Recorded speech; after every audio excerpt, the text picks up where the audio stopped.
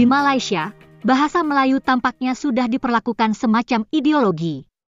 Cara pengajaran sejarah bahasa Melayu pun tidak akurat dan terasa lebih sebagai propaganda. Misalnya, dalam pengajaran mengenai sebaran bahasa Melayu di Indonesia. Siswa di Malaysia rupanya tidak diberi informasi sejak awal bahwa bahasa Melayu di Indonesia adalah bahasa daerah. Mereka tidak diberitahu bahwa bahasa Indonesia yang dominan karena sebagai bahasa kebangsaan. Video berikut ini menggambarkan seolah-olah siswa Malaysia sudah diajak menafikan bahasa Indonesia sejak dini. Semuanya dianggap Melayu. Bahasa Melayu ni bukan penuturnya di Malaysia dan juga Indonesia saja. Taburannya di serata dunia, cikgu. Ya, betul, Din. Bukan sahaja negara kita, Indonesia ataupun Singapura yang menuturkan bahasa Melayu. Boleh kita tengok di peta itu.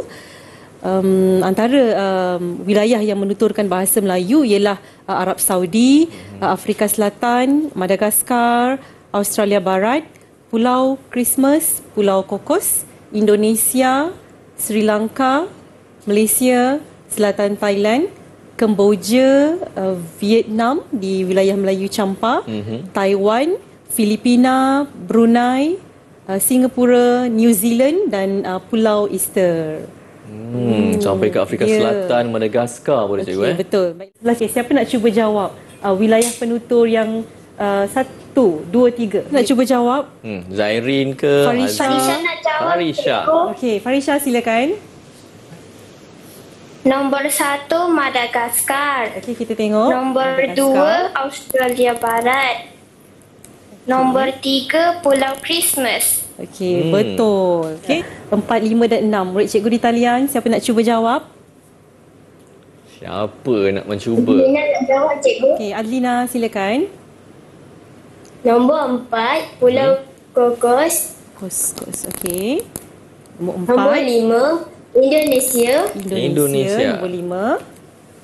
Nombor 6 Sri Lanka. Nombor 6 Sri Lanka. Okey, tahniah Adlina. Okey. Adlina.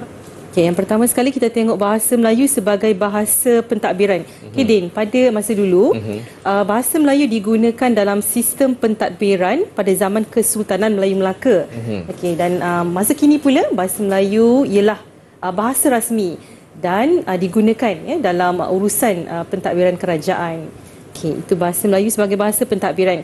Seterusnya kita ada bahasa Melayu sebagai bahasa pendidikan. Okey, pada masa dulu Din, bahasa Melayu merupakan bahasa akademik bagi menyampaikan sesuatu ilmu. Golongan ulama menyampaikan ilmu agama kepada raja-raja Melayu di istana dengan menggunakan bahasa Melayu. Dan pada masa kini, bahasa Melayu menjadi bahasa pengantar bagi menyampaikan ilmu dan maklumat dalam pengajaran dan pembelajaran di sekolah serta institusi pengajian tinggi. Dari video tadi, kita menjadi lebih paham kenapa netizen Malaysia seenaknya saja menyebut bahasa Indonesia sebagai bahasa Melayu atau sama saja dengan bahasa Melayu. Siswa di Malaysia rupanya tidak diberi informasi mengenai perbedaan bahasa Melayu dan bahasa Indonesia. Itulah yang menimbulkan salah paham dengan netizen Indonesia. Walaupun berasal dari bahasa Melayu, bahasa Indonesia jelas amat berbeda dengan bahasa Melayu. Kedudukan dan fungsinya pun di Indonesia sungguh berbeda. Sejarah bahasa Melayu yang diajarkan di Malaysia itu juga lebih sebagai propaganda. Sebab langsung dikaitkan dengan sejarah bahasa Melayu di zaman Kerajaan Melaka. Ini mengesankan seolah-olah Melaka menjadi titik terpenting atau bahkan pusat penyebaran bahasa Melayu. Padahal, sejarah bahasa Melayu amat panjang.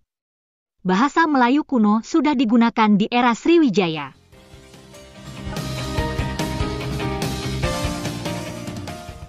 Karena faktor Sriwijaya itulah, kosakata bahasa Melayu kuno menyebar hingga Madagaskar.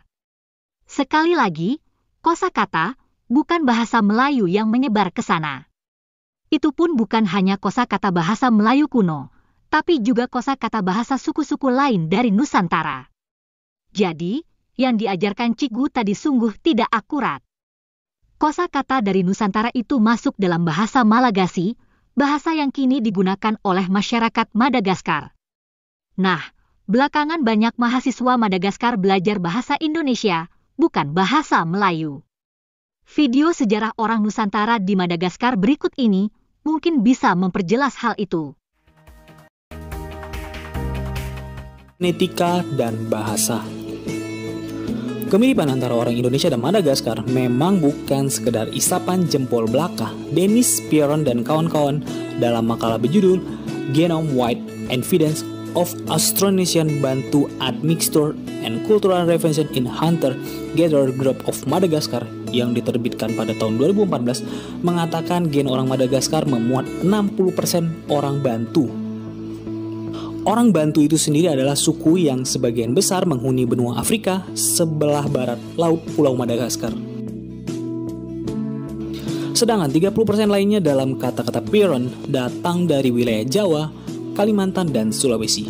Hasil tersebut didapatkan setelah menganalisis keterhubungan gen 3 suku yang menghuni Madagaskar. Dan tahun 2016, Pai dan kawan-kawan melalui makalah berjudul Malagasy Genetic Ancestry Come from an Historical Malay Trading Post in Southeast Borneo. Dia menemukan gen orang Madagaskar punya komposisi sekitar 68% gen Afrika dan ada 32% gen Asia. Gen Asia yang mengisi gen orang Madagaskar berasal dari populasi suku yang punya gen campuran di Kalimantan seperti Banjar, Ngaju, Dayak Kalimantan Selatan, Lebo, Murut, Dusun, dan Bidayu.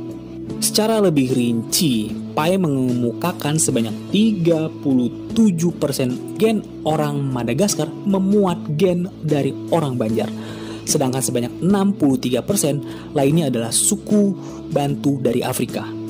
Pai dan kawan-kawan menerka campuran ini sudah berusia lebih dari 7 abad sejak tahun 1275. Kita melihat ternyata bukan Manyan, malah orang Banjar.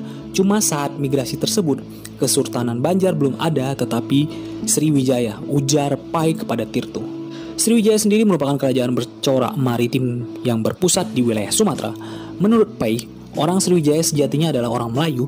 Berdasarkan hikayat Banjar, Sriwijaya pernah mendirikan pos dagang di Kalimantan bagian selatan. Di sana mereka pun akhirnya beranak pinak dengan masyarakat lokal, termasuk Manyan.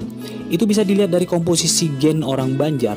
Pai dan kawan-kawan menyebutkan gen orang Banjar terdiri dari 77% gen orang Melayu dan 23% Manyan. Percampuran ini terjadi terakhir pada tahun 1525 dan itu bersesuaian dengan masa kemunduran dari kerajaan Sriwijaya.